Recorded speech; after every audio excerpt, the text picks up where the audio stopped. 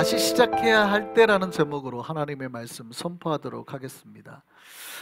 여러분, 우리 신자는 복을 받는 사람입니까? 우리 신자는 모두 복을 받는 사람들입니까? 아멘. 우리 모두 하나님 앞에 복을 받는 사람들이에요. 우리가 하나님을 믿음으로 완전히 복을 받는 사람들입니다. 당연히 우리는 복의 사람이에요. 그런데 반대 질문도 한번 드려보겠습니다. 신자가 고난을 받을 수도 있습니까? 그렇죠. 여기에도 우리가 대답을 아멘 하는 거예요. 자, 그러면 우리가 이제 두 가지를 같이 한번 넣고 생각을 해보시죠. 문제가 있어요. 우리는 복도 받는 사람이고, 근데 고난도 받을 수 있어요. 이러면 어떻게 되는 거예요? 복과 고난이 이게 어떻게 우리에게 역사되는 겁니까? 이거를 우리가 구분해야 됩니다. 놀랍게도 복도 오고 고난도 올 수 있다는 거예요. 근데 우리가 복도 오고 고난도 오는데, 그럼 여기에서 우리가 한 가지 방법을 알 수 있죠. 하나님이 언제 복을 주시는가, 이거를 우리가 캐치를 해야 된다는 겁니다. 우리가 아무것도 안 했는데 하나님이 복을 주시는 게 아니라, 우리가 하나님 앞에 잘 믿음을 보일 때 하나님 복을 주시는 거예요. 할렐루야. 물론 우리가 하나님을 믿지 않았어도 하나님 우리 불러주셨으니 사실은 우리가 뭘 안 해도 하나님 복 주셨다 이렇게 말할 수도 있지만, 신앙 안에서는 우리가 주님 앞에 온전히 믿음을 보일 때 온전한 복이 우리에게 임하는 거예요. 할렐루야. 그럼 우리가 언제 우리가 하나님 앞에 믿음을 보여야 되냐 이 말이에요.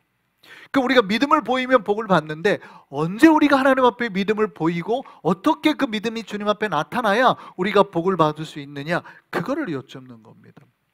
언제 여러분이 하나님 앞에 내가 믿음이 있습니다라고 보일 수 있어요? 언제? 여러분이 평안하고 잘 될 때? 아니에요. 여러분이 평안하고 잘 될 때는 다 좋아요. 언제 여러분이 믿음이 있다고 보일 수 있어요? 어렵고 힘들 때.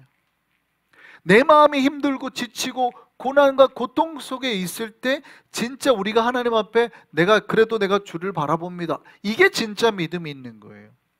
오늘 칼럼에도 제가 그런 말을 썼지만, 믿음이 우리가 있는 것과 믿음 있는 사람이 좋아 보이는 거는 다른 거예요. 근데 많은 신자들이 진짜 믿음이 있는 것과 내가 믿음이 있는 사람처럼 보이는 거를 헷갈려 하는 거예요. 저 사람이 믿음이 있는 게 보니까 좋아 보여요. 나도 저렇게 했으면 좋겠다, 저렇게 보이면 좋겠다, 오해하는 거예요. 하나님 앞에 진짜 믿음이 있어야 돼요. 이게 이제 진짜 믿음이 있는 것과 없는 것의 차이가 있다고 그러잖아요. 진짜 믿음이 있는 사람은 뭐를 하고? 희생과 헌신을 할 줄 알고. 믿음이 있는 것처럼 보이는 사람은 뭐를 하려고 그래요? 그냥 좋은 자리에 있으려고 하지, 내가 헌신이나 고통이나 희생은 안 하려고 한단 말이죠. 이게 차이가 있어요. 그래서 내가 진짜 하나님 앞에 믿음이 있는 사람인가, 아니면 믿음 있는 게 좋아 보였던 사람인가를 구분해야 되는 거예요.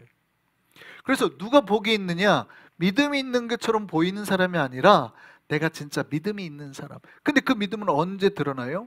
고난, 고통, 힘듦의 순간에 드러나는 거예요. 여러분, 우리가 평생 복만 받으면 좋겠지만 그렇지 않죠. 우리 인간의 입장에서 보면 우리 인생은 롤러코스터처럼 이렇게 됩니다. 업앤다운이 있죠. 업했다가 다운했다가. 그럼 여러분은 언제 여러분이 믿음이 있다는 걸 언제 증명해낼 수 있어요? 업에서 증명해내는 거예요? 다운에서 증명해내는 거예요? 여러분이 믿음이 있다는 건 업에서 증명해내는 거예요? 다운에서 증명해내는 거예요? 다운에서 증명해내는 거예요. 여러분, 업에서는 사실은 증명이 안 돼요. 모두가 잘 될 때는 아무도 여러분이 믿음이 있다는 게 증명이 안 돼요. 다 잘 나갈 때는 다 해피하기 때문에 다 헌금도 잘하고 다 그냥 다 사랑스러워요. 그냥 여기에 우리의 믿음이 절대 증명이 안 돼요. 언제? 다운일 때 우리의 믿음이 증명이 되는 거예요. 그러면 하나님의 복은 어디서 오는 거예요? 업에서 오는 거예요? 다운에서 오는 거예요? 자, 여기서 이제 우리가 고난과 복의 상관관계를 깨달아야 됩니다. 이게 오늘의 이제 말씀의 비밀입니다. 잘 들으시면 좋겠습니다. 하나님이 언제 복을 주시는가? 자, 이게 복과 고난이 우리에게 동시에 온다고 그랬잖아요. 그러면 복이 앞으로 와요? 고난이 앞으로 와요? 이게 이제 중요해요. 여러분, 복이 앞으로 와요? 고난이 앞으로 와요? 고난이 앞으로 오는 거예요. 하나님의 복은 복 준 다음에 고난을 주지 않고 고난 속에서 내가 다운을 경험하고 내가 바닥을 칠 때에 이 사람이 그럼에도 하나님 앞에 믿음을 보이면 하나님 나는 이 바닥 상태이지만 주를 바라보겠습니다 하는 그 순간 여기서 뭐예요? 복의 상승이 일어나는 거죠. 촤. 근데 많은 사람들이 착각을 합니다. 언제가 내가 믿음이 있다고 자꾸 해요? 내가 업일 때, 상승일 때. 주식과 똑같죠? 많은 사람들이 상승일 때 좋은 척하고 막 달라붙다가 떨어진단 말이죠. 근데 언제 달라붙어야 하나님 앞에 바라봐야 복이 있어요? 인생의 바닥을 칠 때. 이때 내가 주님 앞에 내가 그래도 믿음 있습니다 하고 내 믿음을 주님 앞에 탁 드릴 때 하나님께 다 믿음을 쏟아붓는 거예요. 투자하는 거예요. 팍. 그러면 주님께서 그 믿음을 보시고 이거를 쫙 올리는 거죠. 여러분, 고난과 복이 이렇게 순서에 따라 오는 거예요. 비슷한 시기에 오는 것 같은데 고난이 먼저 오고 그 고난의 뒤에 복이 따라 붙는 거예요. 여러분, 이 사실을 꼭 기억하셨으면 좋겠습니다. 근데 많은 신자들이 거꾸로 가는 거예요. 거꾸로. 내가 잘 될 때 믿음이 좋다고 자꾸 말하는 거예요. 그러니까 이때 자꾸 하나님 앞에 뭘 하려고 하는데 이때가 아니라 여러분이 믿음을 보여야 될 때는 이때예요. 이때. 이때예요. 이걸 알지 못하면 많은 이들이 오히려 고난의 바닥에서 포기를 해버립니다. 왜냐하면 사실 이때는 내가 아무것도 할 수 있는 게 없거든요. 이때는 내가 다 놔버린 때잖아요. 돈도 없고 건강도 없고 아무것도 내가 하나님께 드릴 수 없는 때예요. 이때는 내가 많죠. 돈도 많고 뭐 건강도 있고 다 가졌으니까 뭘 하겠다고 자꾸 할 때인데 사실은 이때는 아무것도 없거든요. 아무것도 없으니까 뭐라 그래요? 나 하나님 앞에 드릴 것도 없고 모르겠다 이렇게 생각을 하는 거예요. 거꾸로 생각을 하는 거예요. 되게 아무것도 없을 때 하나님을 바라보는 걸 하나님은 진짜로 생각하는 거거든요.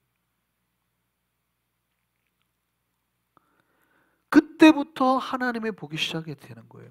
인간의 노력과 힘이 더 이상 발휘할 수 없을 때 하나님 진짜 내가 아무것도 이제 정말 할 힘이 없습니다. 그때 하나님의 손이 역사하는 거예요. 할렐루야. 여러분 오늘 본문을 보면 나오미가 등장하죠. 나오미가 베들레헴에서 모압으로 이주를 했습니다. 이때 나오미가 베들레헴을 떠날 때 이 식구는 네 식구였어요. 나오미의 남편이 있었고 두 아들이 있었습니다. 자, 생각해 보세요. 이들이 모압으로 이주할 때 하나님 앞에 기도하고 갔겠어요? 아니에요. 그때는 조건과 환경을 따라서 간 거예요. 흉년이 되니까 먹을 게 없으니까 아유 남편도 있고 두 아들도 있고 가서 뭘 못해. 딸들이 있으면 힘든데 유대 사회에서 아들들은 다 뭐예요? 노동력이거든요. 아이 건강한 내 남편 있고 건강한 내 아들 둘이나 있는데 내가 어디 가서 뭘 못해 이런 걸로 갔단 말이에요. 기도하고 간 게 아니에요. 자기들의 인간적인 힘을 믿고 간 거란 말이에요. 근데 막상 가서 봤더니 당시 여자들은 노동력이 없다 그랬죠. 여자들은 잡을 못 구해요. 그러니까 남자들이 셋이나 있는 집이니까 노동력이 있는 집이니까 파워가 있다고. 우리가 가서 뭘 못하겠냐 가자 이러고 갔어요. 기도하고 간 게 아니에요. 하나님 앞에 뜻을 묻고 간 게 아니라고요. 근데 갔더니 어떻게 돼요? 믿었던 남편이 죽죠. 그리고 결혼을 아들들이 둘이 딱 했는데 아들 둘이 갑자기 또 죽어버려요. 다 잃어버렸죠. 다 잃어버렸어요. 그러니까 다 잃어버리고 바닥을 치니까 그때 비로소 이제 오늘 본문에 뭐라 그래요? 원래 고향인 베들레헴으로 돌아가자. 이렇게 된 거예요. 근데 그때 돌아갈 때 며느리가 두 명이었는데 우리가 지난번에 살펴봤지만 오르바인 며느리는 모압에 다시 머물고 룻만 나오미를 따라서 오게 된 겁니다. 자, 이때 나오미가 고향에 도착하자 사람들이 다 이게 누구야? 하고 이게 누구야? 나오미 아니야? 나오미 아니야? 환영을 해줬습니다. 근데 이때 나오미가 했던 아주 독특한 말이 있어요. 그 사람들한테 재미있는 말을 합니다. 나를 이제는 나오미라 부르지 마세요. 나를 이제는 나오미라 부르지 마세요. 마라라고 불러주세요. 등쳐가죠. 사람들이 환영하면 나왔어 그러면 될 텐데 이제는 나를 나옴이라 부르지 마세요. 마라라고 불러주세요. 마라가 무슨 뜻일까요? 마라탕? 매운맛? 나오미라는 뜻이 기쁨이라는 뜻이에요. 유대인하고 한국인하고 되게 비슷해요. 유대인들은 이름을 지을 때 이름의 뜻을 담습니다. 뜻. 한국인들도 이름을 지을 때 뜻을 담죠. 서양의 이름은 조금 달라요. 재미있는 거는 한국 사람들은 옛날부터 이름을 지어줬잖아요. 조선시대 보면 다 이름을 지어줬잖아요. 놀랍게도 서양에는 이름이 없었습니다. 중세 전까지 사람들이 이름이 없었어요. 나중에 전쟁을 하려고 하니까 중세 이후에 사람들이 이름이 필요하다 보니까 그때 이름을 지었어요. 일반인들은 거의 이름이 없었어요. 한국도 조선시대도 비슷하긴 했었어요. 그죠? 뭐 사대부 가문은 이름이 있었지만 그 평민들은 이름이 별로 없었죠. 그래서 험한 이름 지으면은 오래 산다고 생각해서 이름을 뭐라고 지었어요? 개똥이라고. 야, 이름을 어떻게 개똥이라고 짓냐, 진짜. 그죠? 그 동네마다 개똥이가 있었잖아요, 진짜로. 요즘 말로 생각해 보세요. 자기 아들 이름을 개똥이라고 지은 거예요. 영어로 하면은 진짜 최악이죠, 최악. 근데 진짜로 동네마다 개똥이가 있어요. 개똥아 이랬단 말이죠. 왜냐하면 이름을 나쁘게 지으면 험악한 게 이제 뭐 지나간다 그래서 이름을 나쁘게 지었어요. 그리고 또 이 집안에 막내 태어나면 이름이 뭐예요? 이름이 그냥 막동이에요. 진짜로 막동이에요. 뭐 그런 식으로 지었죠. 그렇지만 이제 한국에서는 옛날에도 다 이름을 의미가 있게 지었죠. 서양 사람들의 이름은 유명한 사람이 이름을 갖다 쓰거나 혹은 직업, 장소에서 비롯되는 경우가 많아요. 뭐 우리는 이제 요즘에 쓰는 거는 뭐 알렉산더, 뭐 알렉스 이렇게 쓰잖아요. 근데 그게 이제 주로 알렉산더 이름에서 많이 나온 거예요. 알렉산더, 여자도 있고. 근데 알렉산더 대왕에서 따온 거죠. 그 유명한 사람 이름 혹은 성경 이름, 뭐 요셉이랄지 앤드류, 피터 다 이런 게 이제 성경에서 나오는 거죠. 혹은 이제 이런 것도 있어요. 앤더슨, 피터슨, 존슨 이런 뭐예요? 존슨이 son이라는 뜻이거든요. son. 그래서 son of John, 존의 아들. 그러니까 이 존의 가문인 거죠. 사실은 그런 식으로 이름을 지은 거예요. 이름을 갖다 쓴 경우도 있고 직업에서 이름이 비롯된 경우도 있습니다.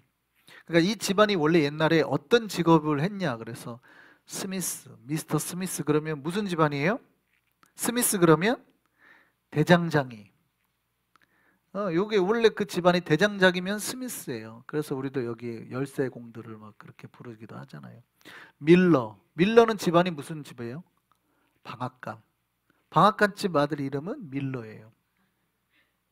파머는 뭐예요? 농부죠, 농부. 네, 농부 파머. 카터는 미스터 카터는 집 마차꾼, 마차 끌던 사람. 쿠퍼는 미스터 쿠퍼는 큰 나무통 만드는 사람. 카펜터는 뭐예요? 목수. 카펜터는 목수. 메이슨 우리 홀도 있잖아요. 미스터 메이슨은 석수, 돌 깎는 사람. 파커는 뭐예요? 미스터 파커.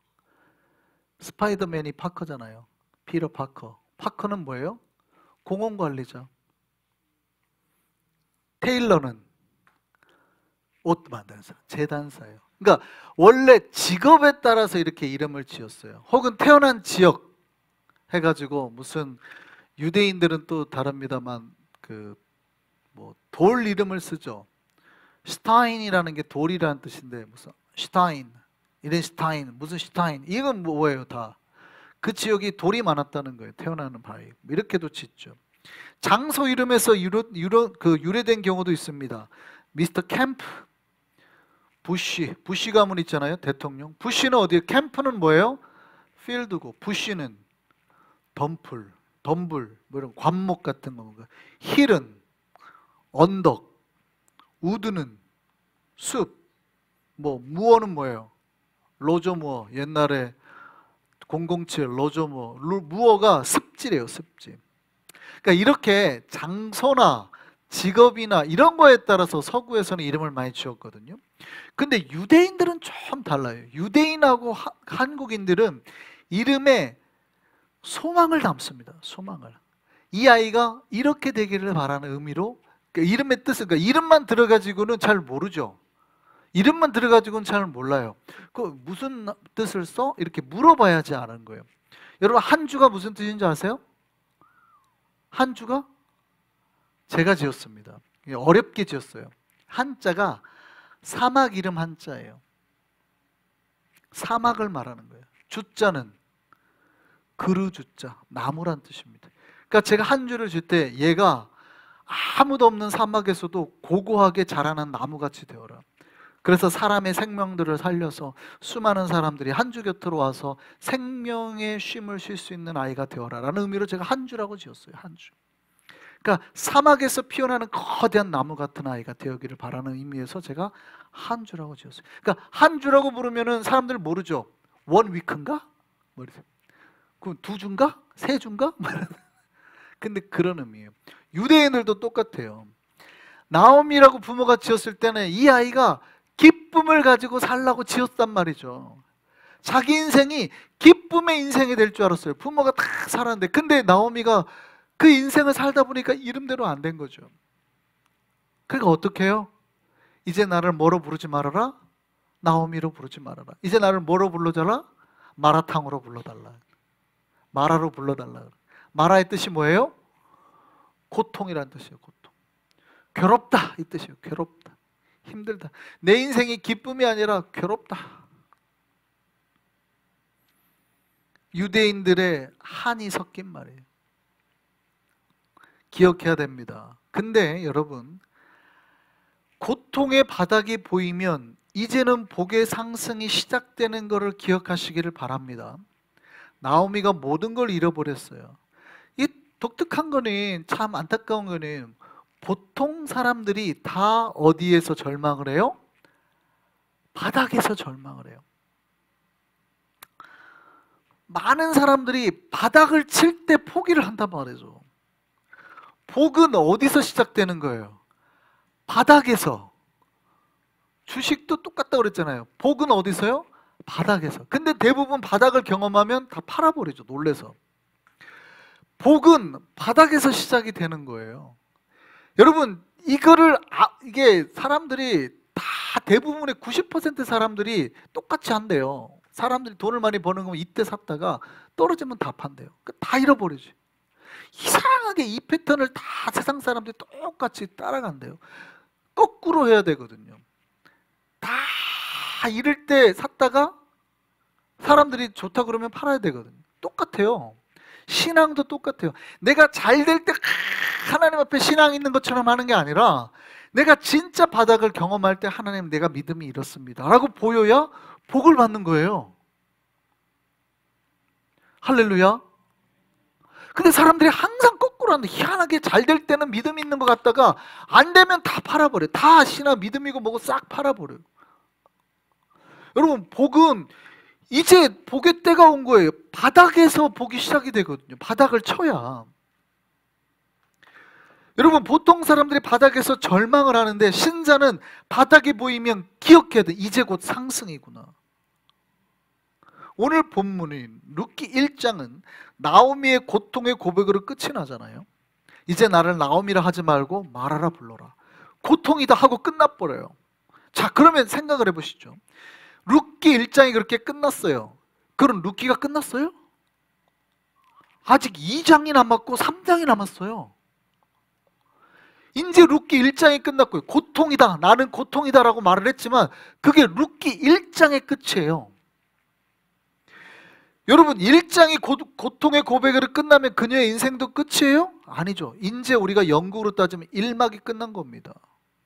우리의 인생이 1막으로 끝납니까? 1막이 고통으로 가득했다고 해서 그 인생이 끝난 거예요? 아니라고요. 하나님은 우리를 향해서 복의 2막을 시작하고 있습니다. 이 사실을 꼭 기억하시기를 바랍니다. 여러분, 나오미의 고백이 끝나고 이제 2장이 시작하는데, 2장 1절에 뭐가 딱 등장하냐면 보아스라는 사람이 딱 등장해요. 룻기에서 이 룻의 가문을 복으로 이끌 사람이 보아스죠. 나중에 이제 룻기 후반에 나중에 나오지만 뭐 이야기가 결론이 나오겠지만, 보아스가 누구예요? 다윗과 연관된 사람이죠. 보아스가 누구예요? 다윗의 증조부입니다. 그러니까 인생이 망할 사람이 왕가로 딱 삽입이 되는 과정이 룻기예요. 망할 줄 알았어요. 내 인생은 고통이다 라고 자기가 고백했단 말이에요. 내 인생은 고통이다. 끝났다. 나는 이제 기쁨이 아니라 고통이다. 1장이 그렇게 마무리된 줄 알았는데 2장 첫 장이 시작할 때 바로 복의 사람인 보아스가 딱 등장을 합니다. 하나님은 이미 보아스를 뒤에 딱 준비하고 계셨다는 거예요. 그러니까 하나님은 복을 주려고 딱 준비를 하는데 많은 사람들이 어디에서 포기를 해요? 이 고난의 바닥이라고 생각하는 데서 다 털어버려요. 믿음이고 뭐고 싹 털어버려요.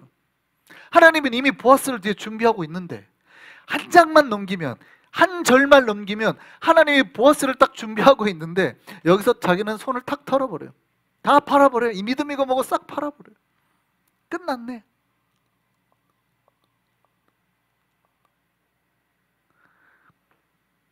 여러분 기억하셨으면 좋겠습니다. 새로운 복이 시작하기 직전 나오미는 모든 걸 잃었습니다. 그런데 그게 그녀의 인생의 끝이 아닌 거예요. 우리가 모든 것을 다 잃었을 때 하나님이 움직이심을 기억하셨으면 좋겠습니다. 많은 신자들이 1장이 끝났는데 거기서 포기하는 신자들이 있어요. 여러분 어리석은 거예요. 이제 하나님은 복을 준비하고 계시는데 정작 자기는 이제 그 복이 시작되는 그 시작점에서 포기하는 거예요. 꼭 기억하셨으면 좋겠습니다. 내가 마지막으로 생각되는 그때, 목사님 내가 가진 게 아무것도 없어요. 남편도 죽고 자식도 죽고 뭣도 없고 돈도 다 날리고 아무것도 없어요. 그때 하나님의 손길이 시작된, 복의 손길이 시작되는 때임을 기억하시기를 바랍니다. 절망하지 마시고 그때 주를 바라보고 기도하셨으면 좋겠습니다. 하나님의 시작은 우리가 가졌던 것을 모두 잃었다고 생각할 때예요. 이때 다시 일어나서 나가면 주님은 이미 새로운 일을 준비하고 계셨으니까 복을 우리에게 시작할 줄 믿습니다. 지금은 다시 시작해야 될 때입니다. 할렐루야. 따라하시죠. 다시 시작해야 할 때. 그렇습니다. 지금은 이제 다시 시작해야 할 때입니다. 우리가 믿음으로 다시 시작하고 일어나면 주님께서 당신의 손을 들어서 복의 역사를 시작하실 줄 믿습니다. 그 복이 우리에게 임하기를 소망합니다.